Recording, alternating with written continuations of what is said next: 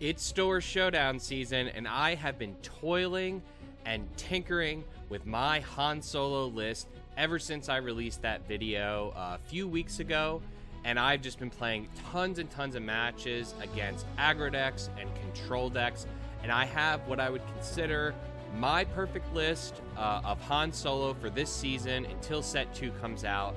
I've sent this list through the ringer. I have gotten third in a store championship. I think it's ready to go, losing only to my fellow teammate running yellow Sabine Noah. So I think that this is ready to go, and I'm so excited to share it with you all. So if you watch my previous deck profile video on Han Solo Green Command, you notice that I was running a droid package, and I've had a lot of long, in-depth discussions with other Han players. An old friend of mine, Sandeep, who's an old Dragon Ball Z trading card game world champion. Him and I have been talking about Han Solo a lot. He is on the sneak attack version of Han Solo really hard, which I do think has a place in these Han Solo lists, as well as Josh from Space Arena, Ground Arena, who is also on the droid package with Han Solo. Long discussions with him as well. I do think that a droid package Han Solo list can compete, and I'm tinkering with an idea of taking Sandeep's version of the deck that uses sneak attack and kind of mixing it with the droid package, because there's something there with the droid package is really good with Fleet Lieutenant, and there's something there with Fleet Lieutenant and sneak attack. There's a lot of combos that you can do with Fleet Lieutenant and sneak attack, so I do believe that a droid package sneak attack deck is viable, and I've been tinkering with it. And if you think about it, the droid package also helps sneak attack because of the draw engine. And then, because the disadvantage of sneak attack is obviously you're burning cards from your hand, and Han already burns cards from your hand, so it's kind of you're doubling down on Han's weakness. So, but the version of this deck that I'm going to show today is not a sneak attack. I did end up dropping the droid package because I do have to thank my playtesting group, Noah and Harrison, who are excellent Sabine players. They have really challenged me to make a better version of Han Solo because they are just so good at Sabine aggro, and it has made me change my deck a lot. So let's get into the video, and let's get into the deck profile. So we're going to start out here with 3 copies of Greedo. This is an amazing, amazing card in the aggro matchup. I think it's very important that Han Solo plays a 1-drop. For several reasons, you have to play a 1-drop in Han Solo. And the reason is because of U-Wing and because of Bright Hope. Bright Hope enabling you to draw. Han runs out of gas, and you really, really, really want to draw with Bright Hope. So having a 1-drop and just very easily for you to bounce this to your hand with no disadvantage.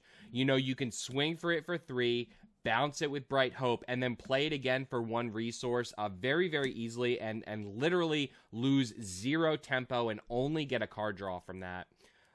So very, very strong here.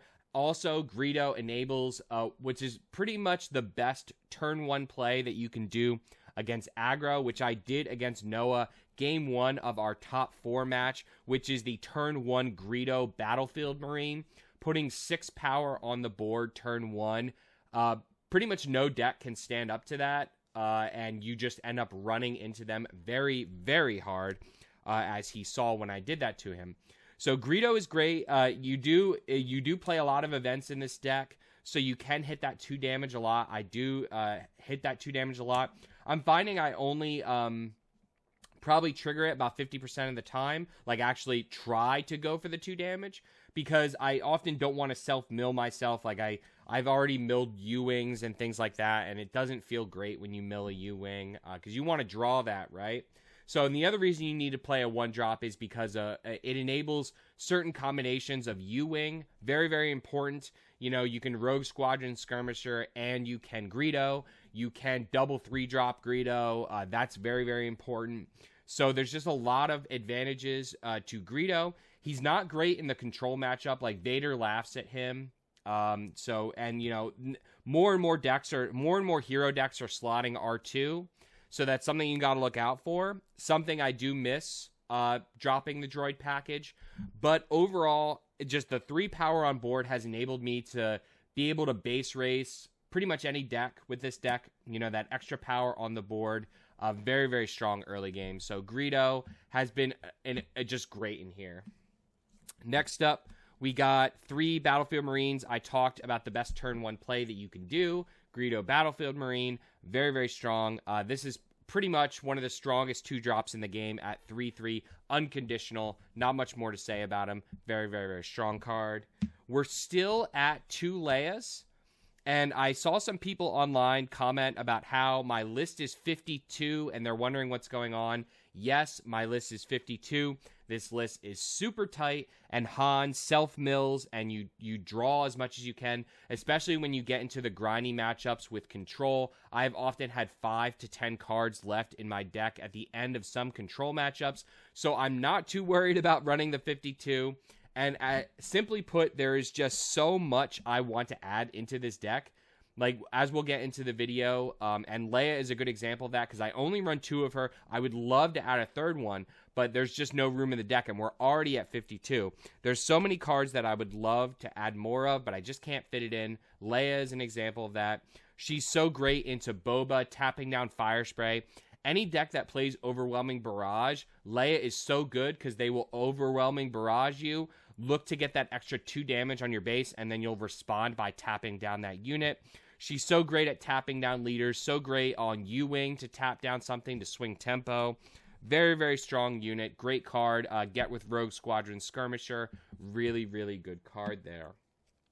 Next up, for starting on our 3-drops, we have Ezra Bridger. Very strong card. I'm seeing not every Han list out there is running this, which I think is a big mistake. I talked in my first video about how important the droid package was, which I still think it's, you need some form of draw engine in Han, whether that be Ezra, reinforcement walkers, prepare for takeoff. You do need some form of draw. Ezra has won me so many games and won me several games in the store championship. I've played Rogue Squadron Skirmisher off the top. I played Waylays off the top. Resupplies I played off the top. It just and the fact that you can also dig, right? So if you don't even want to draw that card, just discard it. Like I've discarded Echo-based Defenders, because Echo-based Defender is not great into the aggro matchup because every single unit in the game kills Echo-based Defender in one shot, like 2-drops. Greedo kills Echo-based Defender. So in matchups that I don't want to see Echo-based, I'll just discard it, and then it's in my discard pile for my home 1 later in the game. So Ezra is just so good to drop turn 1. Gives you draw, and it's just amazing. I've won so many games off of the play. I think in the store championship, I at least play the top card of my deck, I want to say 3 or 4 times in that tournament, which doesn't sound like a lot, but it's crazy strong when it happens. And talking about our Sentinel package, I talked about this last time. We did reduce it down by a little bit. I cut 1 copy of Homestead and 1 copy of Echo-based Defender just because of space, just because I wanted to add a little bit more late game into the deck. And for those of you wondering why I go 2-2 and not like 3-1, or why I'm even playing Homestead to begin with, Homestead Militia is by far the superior unit. The only reason why I run Echo Base is because of the combos with Home 1. That is it. I would much prefer Homestead Militia for several reasons. And the big one is because Homestead is an excellent turn 1 play against aggro. He will 2-for-1 for you, or he will trade into a unit, live, and then you can just sit him on board until you Han deploy, and then he'll gain Sentinel, and then he'll absorb an attack to save your Han Solo leader. The swapping of the 4 and 3 HP and damage. I know this is more aggro. Like if you, this is more of an aggro card. Like it does 4 damage, obviously, as compared to this. But the role that this is filling in the deck is to slow down the opponent and protect your Han. And so when it comes to wanting to protect your Han, the answer is Homestead Militia. The other reasons why I like 2 and 2 here is because it enables me to double sentinel in the ground a lot. I love double sentineling in the ground. People don't expect it, and also it counters the Spec Force Soldier. A lot of people are holding Spec Force Soldier to stop sentinels, like you dropping sentinels. But when you double drop, on a U-Wing, you go Homestead, Echo Base, Greedo in the ground. Suddenly I dropped 9 power, actually 10 power. Suddenly I dropped 10 power double sentinel, and they are hurting. They don't know what to do then. So really like this spread here. Like I said, it was hard for me to drop 1 and 1 of these, but I definitely would not drop Homestead because he's so much better statted for the role that he plays in the deck. Next up here, we have a single copy of Akbar. This Akbar just has been an unsung hero of the deck. He doesn't line up always, but when he lines up, he will swing the whole board for you. He pings off shields, takes out ambush units, takes out laders, is great with the U-Wing. I've gone up and down between 1 and 2. I'm at 1 right now just because of space. It's good at 1. I wish I could play 2. Another card that I wish I had more space for, but it's fine at 1 and it does its job off of U-Wing.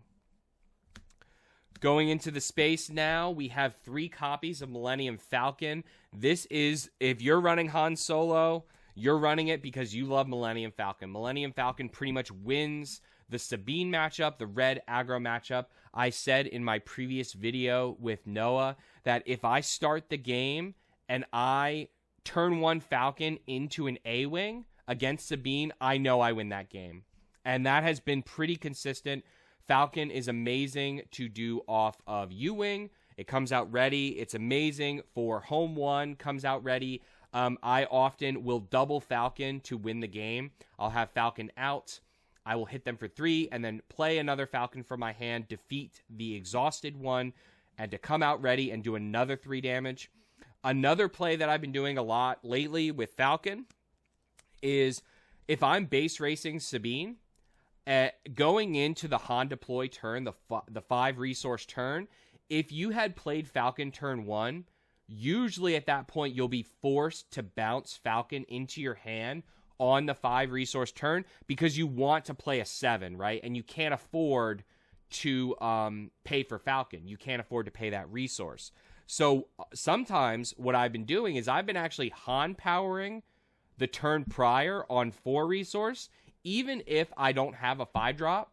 Like, I'll just lose that card just to keep my Falcon on the board and then additionally drop a 7-drop. I've been doing that against Sabine because, to me, it's like I'm trading a card from my hand to keep my Falcon on the board, which I think is worth it and has been working out great because that extra 3 damage. Because then if you think about it, the turn you deploy Han, you know you're going to have additional resources that you're sacrificing to keep paying for Falcon.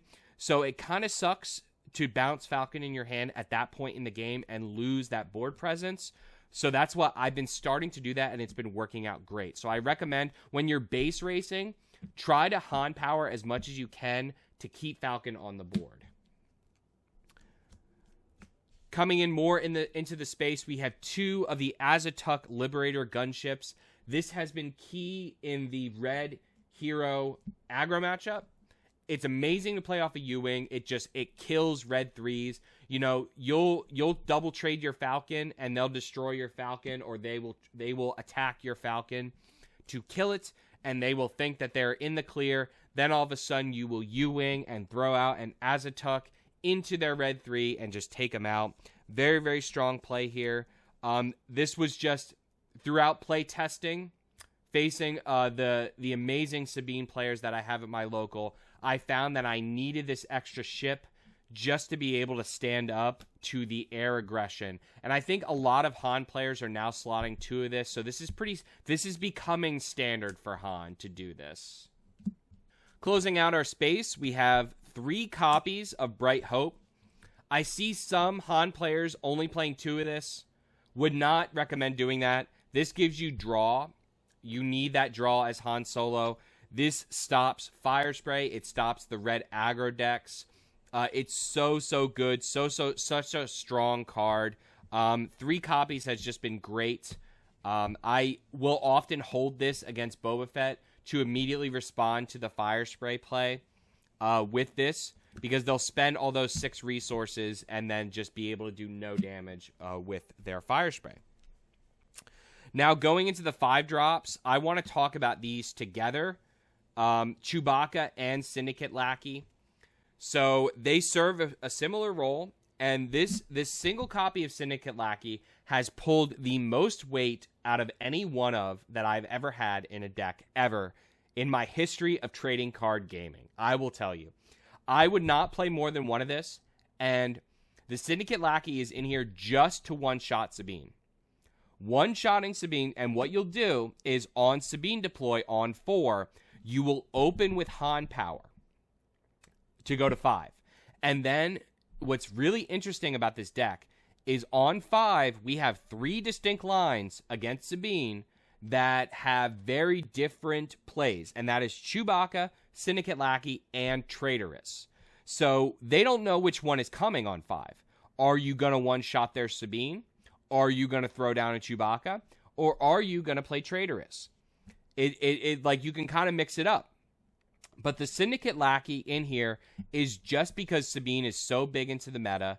If Sabine wasn't big into the meta, this card is not great. It's okay versus Boba, because you can kill a Boba unit and survive. That's pretty much where it ends for this. What the reason this is so good into Sabine is, of course, because it one-shots her, but then also it's 5 power on the board that you can use to base race. Like, really strong 5 power to put that on the board. So that just accelerates you to taking them out very quickly. And like I said in a previous video, I had a 100% win ratio against Sabine Green, and this card is one of the reasons for that. Filling a similar role against Sabine, but also against Boba. Boba and Sabine both do not like you to drop this Chewbacca card. Chewbacca is so amazing. I can't, like, Chewbacca was probably one of my MVPs of the day. He's just so strong when you drop him turn 3 on 4 resource. So strong. He absorbs about 12 damage when you drop him, because what will happen is you will drop him turn 4 on the Sabine deploy. Before they can get out their Sabine, they won't be able to attack with Sabine because Sabine only does 2 damage. They're not killing Chewbacca with Sabine, and they don't want you to get like an extra 6 damage on them with Chewbacca. So you will often save yourself 5 or 6 damage because they will just pass and just like claim initiative instantly as soon as you drop Chewbacca. It happened like 2 or 3 times on me against Sabine. So you're saving about 5 or 6 damage the turn you drop Chewbacca because they're just going to claim because they have no answer. The best thing that they're doing on 4 resource is K2. And even if they ECL K2 into this, you just ready him and then deal 3 damage and he doesn't die. So great. And then they burn their ECL for nothing. Then on turn 5, or turn 4 on 5 resource, then he's going to take 6 damage before he dies. Usually that's like an ECL Steadfast, or they're going to Heroic Sacrifice K2 into this, or they're going to like Wing Leader and do some kind of slow play. Maybe they Metal Ceremony and they're going to Fleet Lieutenant or something. There are a few ways that they can one-shot Chewbacca. They got to spend resources to do it, though, and that's the big point. And that's the big point of dropping this on turn 3 on 4 resource, because you know that they're going to have to spend resources. So this is protecting Han from the Steadfast ECL. They have to spend resources to take this guy out, even if it's as simple as a Heroic Sacrifice. So you know that they're not going to be able to ECL Steadfast into Han to one-shot him, which is the number one thing that Han players lose to. It's the number one thing that I've lost to. The number one thing that Han players lose to is Steadfast ECL into Han to one-shot him. And Chewbacca is literally the card that stops that from happening against all matchups. Amazing card. Perfect at 2. Now, if Sabine wasn't prominent in the meta and we wanted to drop this Syndicate Lackey, I would probably drop it for the 3rd Traitors because I only run 2 Traitorous in here, which I hate. I want to run 3, but space is a problem. But the Syndicate Lackey's great into the Sabine meta that we are definitely in. So going into now the late game units, we have 2 copies of Rogue Squadron Skirmisher. This card is really good when you have to play slower and you can't really, like, let's say you can't find the Chewbacca and you just want to kind of see if you can bait out the Steadfast ECL, like especially against Boba. Boba, this unit is incredibly strong against Boba because Boba, you want to play the slow game. You want to take out their units. They're always ambushing. This can take out a lot of Boba's units, and then you get a 2-drop to help you play a slower game. So if you want to say slow play it on turn 5 and you want to start with Han power, you have this 6-drop in your hand, and then you can kind of just wait and sit back, see what they do, and then maybe just ambush this in, or maybe go for the Han deploy. And then that's the other thing about facing Boba, is they always know good to be dead you. Always. So when you Han deploy after hitting 6, they know good to be dead you. You at least have this amazing 6-drop that you can drop then as a contingency without getting your 7 off. So it's good. It's really, really good in the Boba matchup. I love this in the Boba matchup. Against Sabine, it is good too. It's a little slow for Sabine. Like, you know, once you get to 6, things are pretty crazy against Sabine. So things may be going crazy. The ambush may not save you is kind of what I'm saying against Sabine. It's still a good card against Sabine, but it's not going to like swing the whole board or something like that against Sabine, which is kind of what you have to do at that point in the game against Sabine. So good card, amazing against Boba, good against Sabine. I think it's good at 2. Now going into the 7-drops, of course, we're still running 3 of the Han Solo units. Card is amazing. It's won me. Almost every game I've dropped it and ambushed in to kill a unit. Almost every game I've done that, I've won a game. So not much more needs to be said about him. So amazing. He wins games. There's a reason why we don't need to play Casino, because this 7-drop is so powerful. And then going into our 8 drops, our super late game, you're not going to get here against every deck, but the decks you do get here too, these units are going to close out the game for you. Home 1 is obvious. You know, we have a lot of combos with the 3 drops, Falcon. You know, you could do cool things with Bright Hope and the Azatuk Liberator gunship by paying a 1 resource by dropping those. I've done that several times, especially against Avenger. It's really good to do that, to drop a Bright Hope, because they have to attack into the Bright Hope, and then you can sacrifice Bright Hope itself to the Avenger attack, which essentially negates the Avenger sacrifice. So really good play there. We did swap out 1 single copy of Home 1 for a single copy of Reinforcement Walker, because I found that in the control matchup, the Reinforcement Walker was incredibly important for card draw late game. So I wanted to have a single copy of Reinforcement Walker in here for the card draw late game. Very, very important, because you're not going to get to the 8 turn against most mid-range, most aggro decks. You're not going to get here unless something crazy happens and you really overextend yourself. Usually it doesn't happen. But against the late game control decks, the single copy of Reinforcement Walker, having that in game 1 was paramount, just to kind of refill my hand and let me keep pushing in the late game. So I like this spread here. Home 1 is great for combos and pushing out the last damage that you need. You know, get that Falcon, push out the last damage you need. But Reinforcement Walker is great when you're just trying to play the long game. So that's it for the units. Now going into the events, we now play 3 copies of Surprise Strike. This card is key for ending games. Home 1 is 10 damage with Surprise Strike, which I have done many times. Home 1 for 10 just wins. You win so many games. And so the reason this is at 3, I said in my previous video that we only played 2 of it because drawing it early wasn't good, which I still agree to that, but I actually went to 3 to make sure that I see this late game. And now, granted, you still do get it, I don't know what it is. I feel like this card has a natural affinity to be put on the top of your deck whenever you Han attack. I feel like I resource this card with Han attack more than any other card in the deck. It's like when I want to see it late game, I just always am resourcing it accidentally with Han attack. It's like, why? No, come back to me. I want you.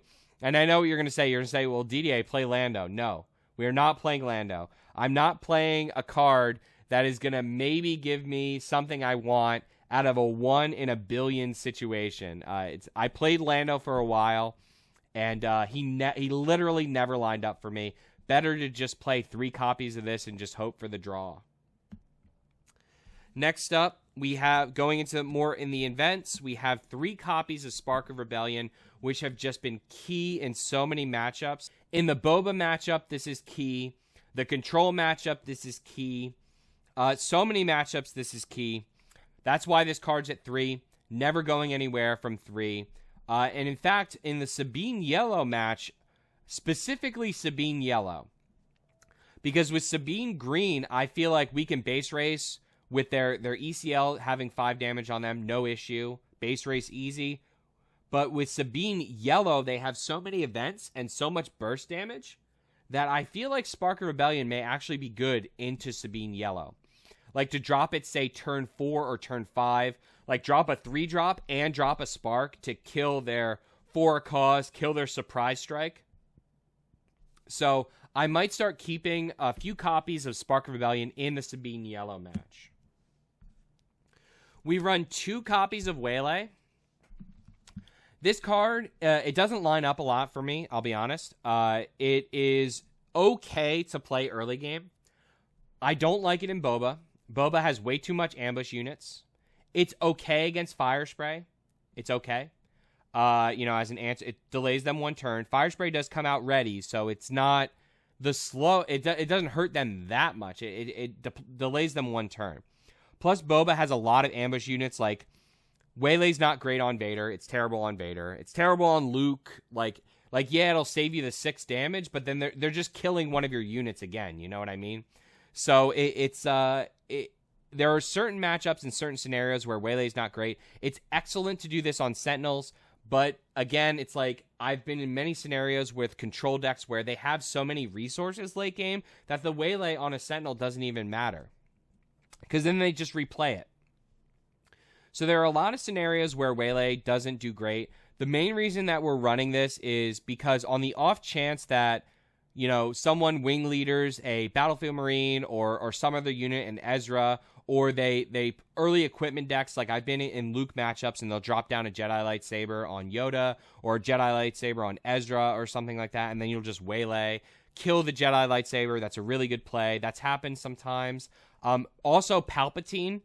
Palpatine is a huge issue for this deck. It is definitely Han's worst matchup by far. Palpatine, I have a very low win rate against Palpatine.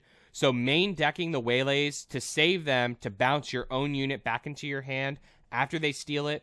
It allows you to play aggressively against Palpatine, so you don't have to worry. Like, you can drop down your home 1 knowing that you have the Waylay in your hand to answer the steal, right? So you can get a shot in with your home 1. He may steal your home 1, but then you could just Waylay it back and get another 3-drop. So it helps a lot against Palpatine. That's the main reason it's in here. And it does help to slow down some aggro matchups. Of course, we are running 3 resupplies. This card is key in pretty much every single matchup. Yes, including the aggro matchup. It is incredibly important to play this in the aggro matchup. In fact, every single game that I have played resupply turn 2 against aggro, I have won that game. And the reason is because the turn after you resupply, you Han deploy. So yeah, you do lose a little bit of tempo resupplying, but you gain that back from an early Han deploy, and then all of a sudden you U-wing, or you drop Han unit turn 3, and then they just cry for the rest of the game. It's incredibly strong to resupply against Sabine, against Leia. The number one thing against Han is ECL Steadfast. Well, the way that we're going to counter ECL Steadfast is by dropping resupply and beating their deploy. That's how we beat ECL Steadfast. If we get our Han out and then U-wing into Sentinels, then their ECL Steadfast does not matter. So that is a big, big part of resupply. I no longer resupply turn 1. I quite literally never resupply turn 1. It is always better to turn 1 3-drop and then turn 2 resupply. Because like if you turn 1 Ezra or turn 1 Homestead Militia or turn 1 Falcon, you get 2 swings of that unit or 1 swing with that unit turn 2. You can 2 for 1. It kind of offsets the loss in tempo you get from resupplying turn 1. Or just resupplying turn 2, rather. Incredible card. I would play 6 of this if I could. So pivotal to do this on Han. I often am mulliganing to try to get resupply against almost every deck. Going now into the late game equipments and events. We have 2 Traitorous. It makes me sad that this is only at 2 because it is so good into Boba. However, I found into Sabine, when I played 3 of this, I would often get fanged and lose the game. It happened a lot. And that caused me to go to 2 copies because I want it to happen less frequently. So that way, when it does happen, it makes a bigger splash because they're not expecting it. And then I can avoid the fangs and then losing me the game because of that. So it's at 2 right now. But again, as I mentioned earlier, if Sabine does drop out of the meta, we can trade the Syndicate Lackey for the 3rd Traitorous because this is just so good into Boba. It's not great into Control, which is another reason why I'm okay with it at 2 copies. But always be wary. Always be wary of the Fang Fighters. Like, the first thing I look at when I look at their deck list is how many Fangs they're running, where are they main deck, are they side deck? Because you want to be aware of that, because if you spend 5... and they answer it with Fangs, putting a 3-2 on the board, you will lose the game on that. You will. So be aware of that and be cautious when you play your Traitorous. The single copy of Change of Heart has been probably the greatest ad that I've added in here a while. Change of Heart is actually good in every single matchup. It's great in a Control. It's great in an aggro to steal the K2 or, the red 3 so you can just do 20 damage in a single turn. I have stolen Sentinels with this. System Patrolcraft is a big one. I mentioned earlier about Waylay and how it is good to Waylay Sentinels. However, a lot of times late game, the Control decks will have enough resource to just replay it. So it's actually better to Change of Heart that Sentinel, give yourself more damage, and take away their ability to just replay the Sentinel. Very, very strong there.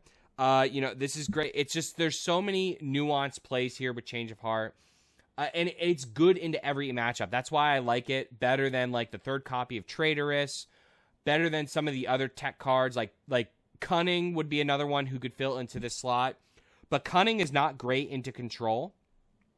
Whereas Change of Heart is just, there's no scenario where Change of Heart is not helping you. Everyone's playing units, even the Control decks, they're dropping their Avengers, they're dropping their Childsons.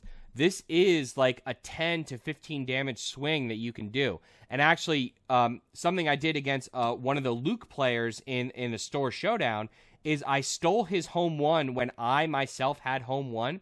His home 1 had a shield, but I defeated his home 1 with the unique rule with Change of Heart. Otherwise, he would have been able to trade into my home 1 and keep his home 1 because of the shield with Luke Skywalker. So that was a huge play. Really good here. This Change of Heart has been just so much mileage here for 1 card. And then, of course, going with the 3 U-Wings, Han Solo decks all around. You know that you play the U-Wing. So many different combinations that you can do with this. Ambush the Syndicate Lackey, ambush the Azatuk Liberator Gunship, drop double Sentinel Greedo, drop Bright Hope, Sentinel Greedo, drop, actually you can't do that. Drop Bright Hope, Battlefield Marine Greedo. There's so many different plays you can do with U-Wing. Drop, Chewie, or of course just drop Han unit and just win in the ground arena. There's so many different things you can do with U-Wing.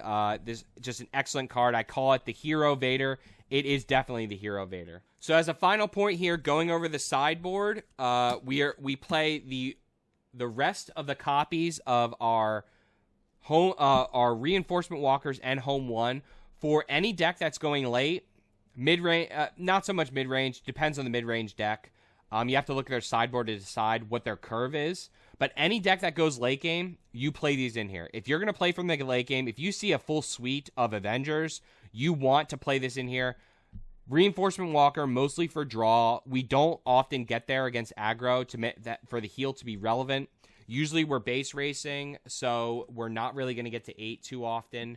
So this is mainly in here for the control matchup. I actually started siding out all of my late game against aggro and just simply base race them. And that's what I recommend. But in the control matchup, these are key. Likewise, for control, playing the total control decks, 2 copies of Bodhi Rook have been excellent with Ewing. They've won me several games. Rip out that Entrenched, rip out the Power of the Dark Side, and most importantly, rip out that Super Laser Blast. Discarding Super Laser Blast is so important because we're going wide with Ewing. And, you know, we already have a lack of card advantage with Han Solo discarding and playing resources.